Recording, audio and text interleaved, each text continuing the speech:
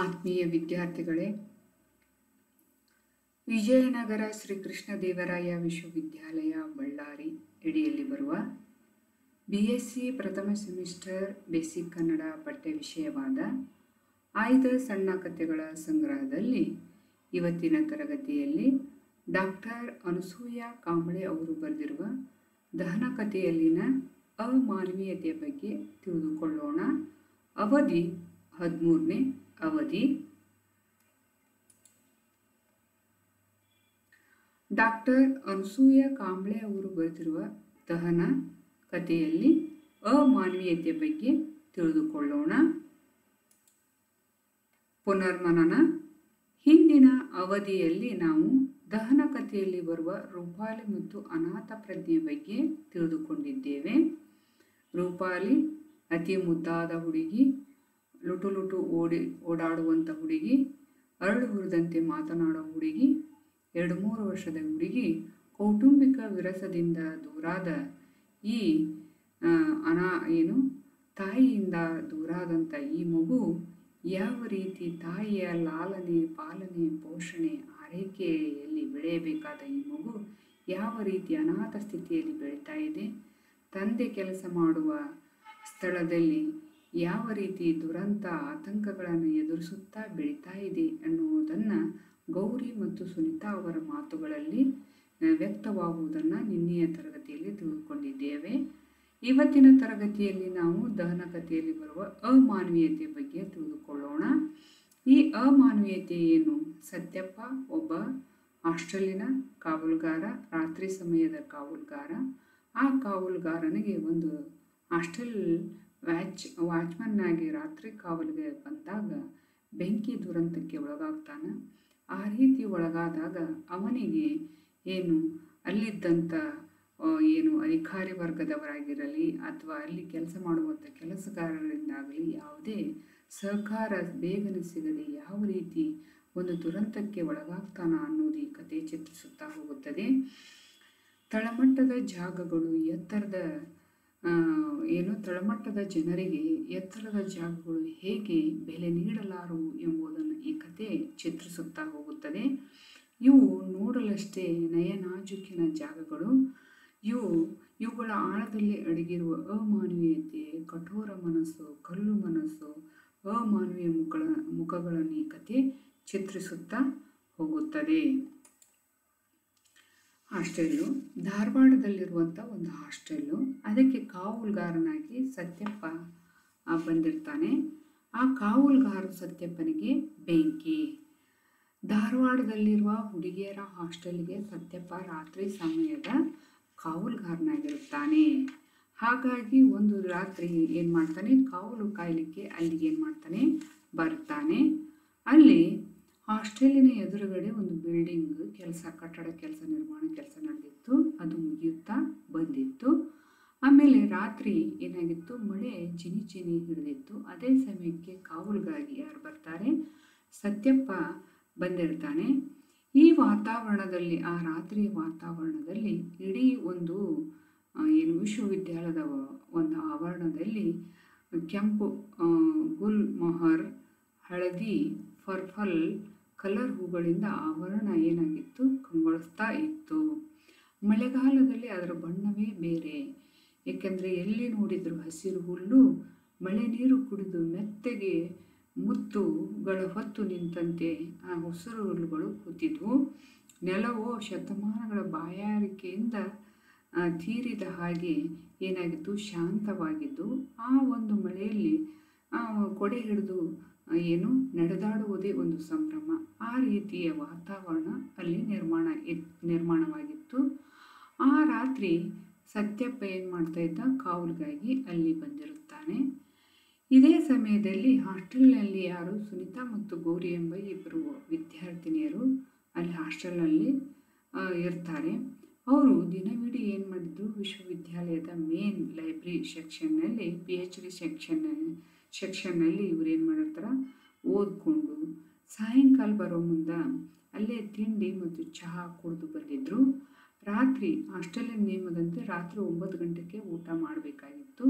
ಆದರೆ ಇವರಿಬ್ಬರಿಗೂ ಹಸಿವು ಇರಲಿಲ್ಲ. ಯಾಕೆಂದರೆ ಸುನೀತಾ ಮತ್ತು ಗೌರಿ ಅಲ್ಲೇ ತಿಂಡಿ ಮತ್ತು ಚಹಾ ಕುಡಿದು ಬಂದಿದ್ರು. ಹಾಗಾಗಿ ಅವರು ಊಟ ಮಾಡೋದು ಬೇಡ ಅಂತಂದು ತೀರ್ಮಾನ ಮಾಡ್ಕೊತಾರೆ. ರಾತ್ರಿ ಬಾಳೆಹಣ್ಣು ಚೂಡ ತಿಂದು ಮಲಗಿದ್ರ ಅಂತ ಅನ್ಕೊತಾರೆ. ಯಾರು? ಈ ಗೌರಿ ಮತ್ತು ಸುನೀತಾ ಇಬ್ಬರು ಏನು ಮಾಡ್ತಾ ಇರ್ತಾರೆ, ಅಭ್ಯಾಸ ಮಾಡ್ತಾ ಇರ್ತಾರೆ. ಸುಮಾರು ರಾತ್ರಿ 10-10:30 ಗಂಟೆ ಆಗಿರಬೇಕು.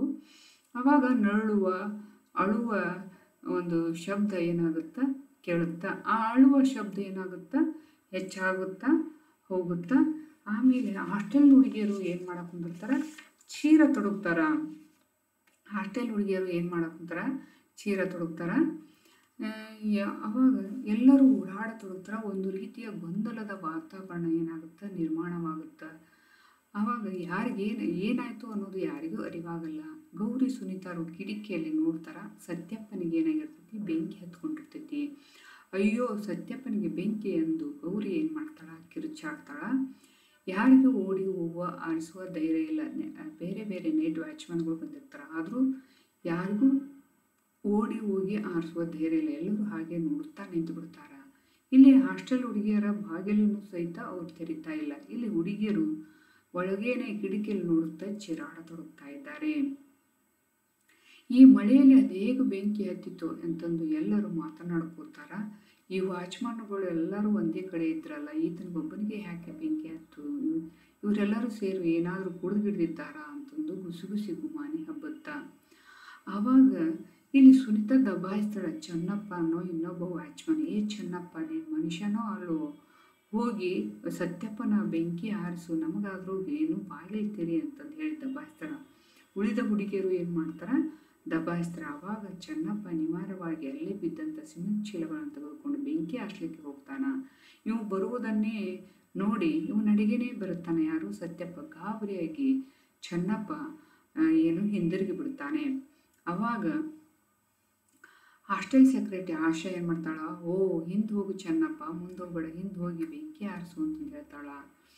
ಹಾಸ್ಟೆಲ್ ಹುಡುಗಿ ಮಧು ಕೊಟ್ಟಂಥ ಗೋಣಿ ಚೀಲವನ್ನು ತೆಗೆದುಕೊಂಡು ಚೆನ್ನಪ್ಪ ಏನು ಮಾಡ್ತಾನ, ಬೆಂಕಿ ಕಟ್ಟಡದ ಹಿಂದಿಂದ ಬಂದವನಿಗೆ ಗೋಣಿ ಚೀಲವನ್ನು ಒದಿಸಿ ನೆಲಕ್ಕೆ ಉಳ್ಳಾಡಿಸಿ ಬೆಂಕಿಯನ್ನು ಹಾರಿಸ್ತಾನ.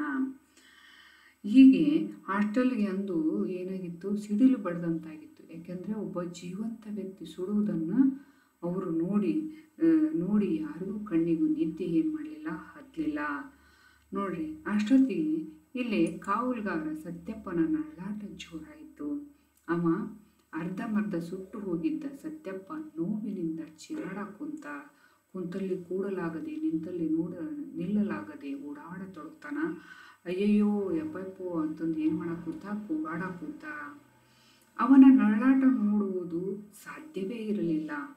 ಎಲ್ಲರ ಎದೆಯೊಳಗೂ ಏನಾಯಿತು, ನೋವು ಹೆಪ್ಪುಗಟ್ಟಿಬಿಡ್ತು. ಯಾಕಂದ್ರೆ ಬೆಂಕಿಯ ಉರಿಯಿಂದ ಇಡೀ ದೇಹ ಸುಟ್ಟು ಹೋಗಿತ್ತು. ಅವನು ನೋಡೋಕ್ಕಾಗ್ತಾ ಇಲ್ಲ.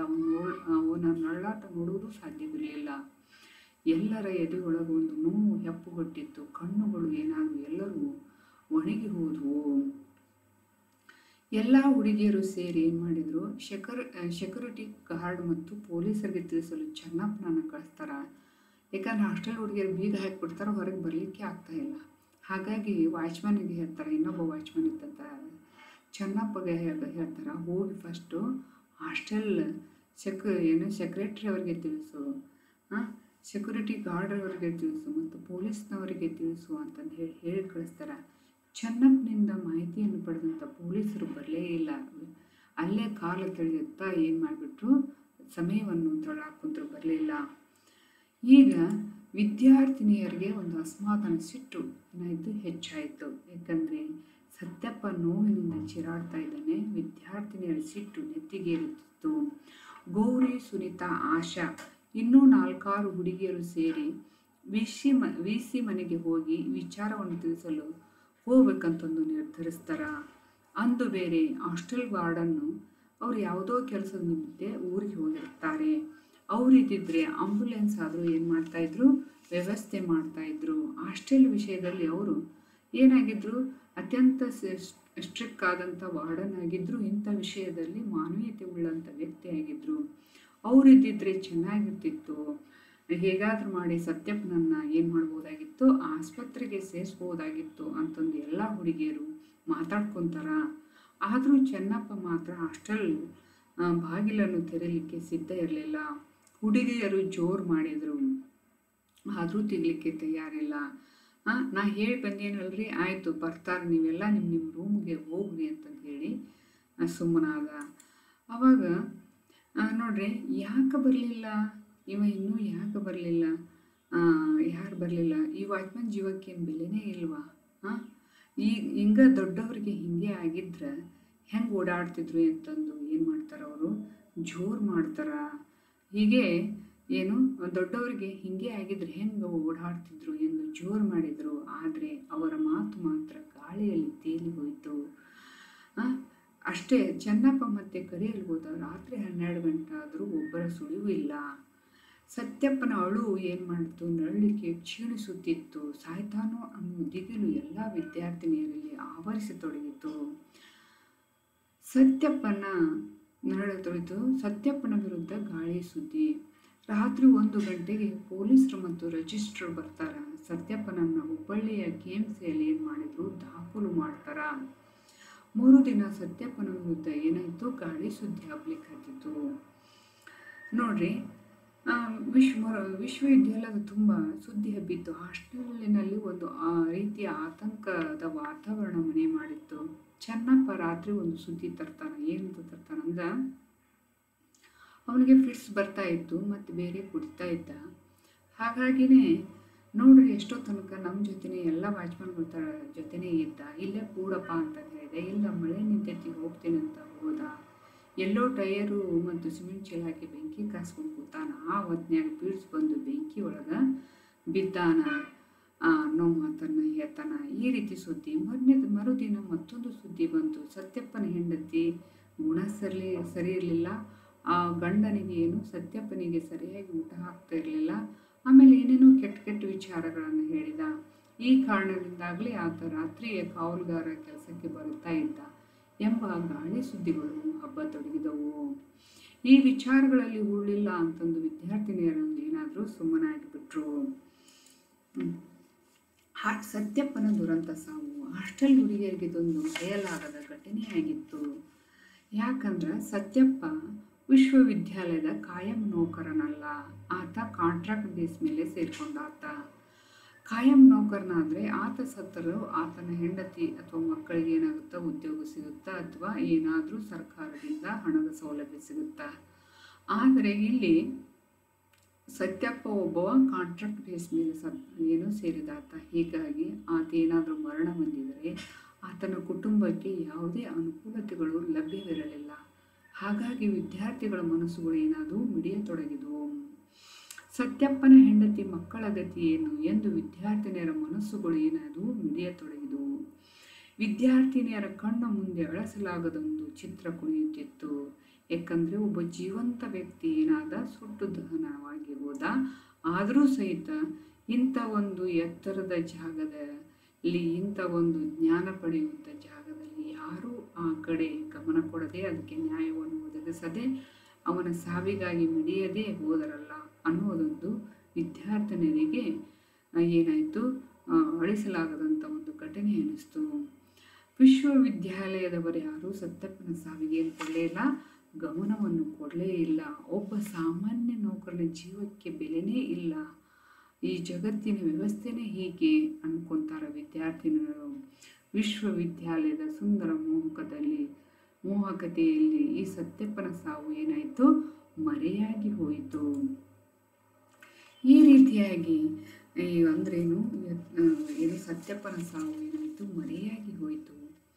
ತಳಮಟ್ಟದ ಜನರಿಗೆ ಎತ್ತರದ ಜಾಗಗಳು ಹೇಗೆ ಬೆಲೆ ನೀಡಲಾರು ಎನ್ನುವುದನ್ನು ಈ ಸತ್ಯಪ್ಪನ ದಹನ ಕಥೆಯೇ ತಿಳಿಸುತ್ತದೆ. ಈ ಎತ್ತರದ ಜಾಗಗಳು ನೋಡಲಷ್ಟೇ ಏನು, ನಯನಾಜುಕಿನ ಜಾಗಗಳು. ಇವುಗಳ ಆಳದಲ್ಲಿ ಏನೈತಿ, ಮಾನವೀಯತೆ ಇಲ್ಲ, ಅಮಾನವೀಯತೆ ಐತಿ, ಕಠೋರತೆ ಐತಿ, ಕಲ್ಲು ಮನಸ್ಸು ಐತಿ ಅನ್ನುವುದನ್ನು ಈ ಕಥೆ ಏನಾಗುತ್ತಾ ಪ್ರತಿಬಿಂಬಿಸುತ್ತಾ ಹೋಗುತ್ತಾ. ವಿವರಣಾತ್ಮಕ ಪ್ರಶ್ನೆ 1. ಸತ್ಯಪ್ಪನ ಸಾವು ಇಂದಿನ ಸಮಾಜ ವ್ಯವಸ್ಥೆಯ ಕನ್ನಡಿಯಾಗಿದೆ ಎಂಬುದನ್ನು ದಹನಕಥೆ ಮೂಲಕ ವಿವರಿಸಿ. ಬಹು ಆಯ್ಕೆಯ ಪ್ರಶ್ನೆಗಳು. ಸತ್ಯಪ್ಪನನ್ನು ಯಾವ ಆಸ್ಪತ್ರೆಗೆ ಸೇರಿಸಲಾಯಿತು? ಎ ಪಾಟೀಲ್ ಆಸ್ಪತ್ರೆ, ಬಿ ವಿವೇಕಾನಂದ ಆಸ್ಪತ್ರೆ, ಸಿ ಕೆಎಂಸಿ ಆಸ್ಪತ್ರೆ, ಡಿ ಶಿವಲೀಲಾ ಆಸ್ಪತ್ರೆ.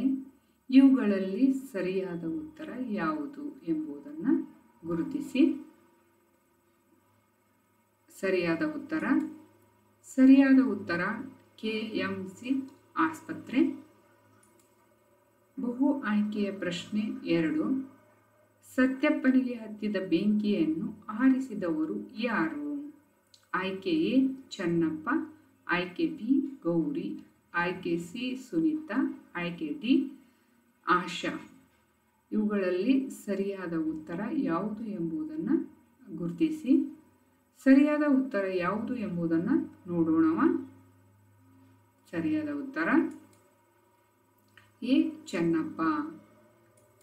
ಬಹು ಆಯ್ಕೆಯ ಪ್ರಶ್ನೆ 3. ಸತ್ಯಪ್ಪನು ಯಾವ ರೋಗದಿಂದ ಬಳಲುತ್ತಿದ್ದನು? ಎ ಕ್ಯಾನ್ಸರ್, ಬಿ ಇರುಳುಗಣ್ಣು, ಸಿ ಪಿಟ್ಸ್, ಡಿ ಸಕ್ಕರೆ ಕಾಯಿಲೆ. ಸರಿಯಾದ ಉತ್ತರ ಯಾವುದು ಎಂಬುದನ್ನು ಗುರುತಿಸಿ. ಸರಿಯಾದ ಉತ್ತರ ಯಾವುದು ಎಂಬುದನ್ನು ನೋಡೋಣ. ಸರಿಯಾದ ಉತ್ತರ ಪಿಟ್ಸ್. ಪ್ರಶ್ನೆ ಸಂಖ್ಯೆ 4. ಬಹು ಆಯ್ಕೆಯ ಪ್ರಶ್ನೆ ಸಂಖ್ಯೆ 4. ಹಾಸ್ಟೆಲ್ ಹುಡುಗಿಯರು ಪೊಲೀಸರಿಗೆ ಮಾಹಿತಿ ತಿಳಿಸಲು ಯಾರನ್ನು ಕಳಿಸಿದರು? ಆಯ್ಕೆ ಎ ಕಲ್ಲಪ್ಪ, ಆಯ್ಕೆ ಬಿ ರಂಗಪ್ಪ, ಆಯ್ಕೆ ಸಿ ಹಾಸ್ಟೆಲ್ ಸೆಕ್ರೆಟರಿ, ಆಯ್ಕೆ ಡಿ ಚೆನ್ನಪ್ಪ. ಸರಿಯಾದ ಉತ್ತರ ಯಾವುದು ಎಂಬುದನ್ನು ಗುರುತಿಸಿ. ಇವುಗಳಲ್ಲಿ ಸರಿಯಾದ ಉತ್ತರ ಯಾವುದು ಎಂಬುದನ್ನು ನೋಡೋಣ. ಸರಿಯಾದ ಉತ್ತರ ಡಿ ಚೆನ್ನಪ್ಪ. ಬಹು ಆಯ್ಕೆಯ ಪ್ರಶ್ನೆ 5. ಎ ಚೆನ್ನಪ್ಪ ನೀನೇನು ಮನುಷ್ಯನೋ ಅಲ್ಲೋ, ಹೋಗಿ ಸತ್ಯಪ್ಪನ ಉರಿ ಆರಿಸು. ಈ ಮಾತನ್ನು ಹೇಳಿದವರು ಯಾರು? ಆಯ್ಕೆ ಎ ರೂಪಾಲಿ, ಆಯ್ಕೆ ಬಿ ಗೌರಿ, ಆಯ್ಕೆ ಸಿ ಆಶಾ, ಆಯ್ಕೆ ಡಿ ಸುನೀತಾ. ಆದರೆ ಇವುಗಳಲ್ಲಿ ಸರಿಯಾದ ಉತ್ತರ ಯಾವುದು ಎಂಬುದನ್ನು ಗುರುತಿಸಿ. ಸರಿಯಾದ ಉತ್ತರ ಯಾವುದು ಎಂಬುದನ್ನು ನೋಡೋಣವ. ಸರಿಯಾದ ಉತ್ತರ ಡಿ ಸುನೀತಾ. ವಿದ್ಯಾರ್ಥಿ ಚಟುವಟಿಕೆ. ದಹನ ಕಥೆಯಲ್ಲಿ ಆಧುನಿಕ ಮನುಷ್ಯನ ಯಾಂತ್ರಿಕ ಬದುಕಿನ ಚಿತ್ರ ವ್ಯಕ್ತವಾಗಿರುವ ರೀತಿಯನ್ನು ಕುರಿತು ಬರೆದುಕೊಂಡು ಬನ್ನಿ. ಪರಾಮರ್ಶಿತ ಗ್ರಂಥ ಹೊಸಗನ್ನಡ ಸಾಹಿತ್ಯ ಚರಿತ್ರೆ, ಎಲ್.ಎಸ್. ಶೇಷಗಿರಿರಾವ್, ಬೆಂಗಳೂರು ವಿಶ್ವವಿದ್ಯಾಲಯ, 1975. ಚಿತ್ರಕೃಪೆ ಗೂಗಲ್ಲು. ಆಯ್ದ ಸಣ್ಣ ಕಥೆಗಳ ಸಂಗ್ರಹ. ಪ್ರಧಾನ ಸಂಪಾದಕರು ಡಾಕ್ಟರ್ ಎನ್ ಶಾಂತಾನಾಯಕ್, ಸಂಪಾದಕರು ಡಾಕ್ಟರ್ ಶಿವಕುಮಾರ್ ಕಂಪ್ಲಿ. ಧನ್ಯವಾದಗಳು.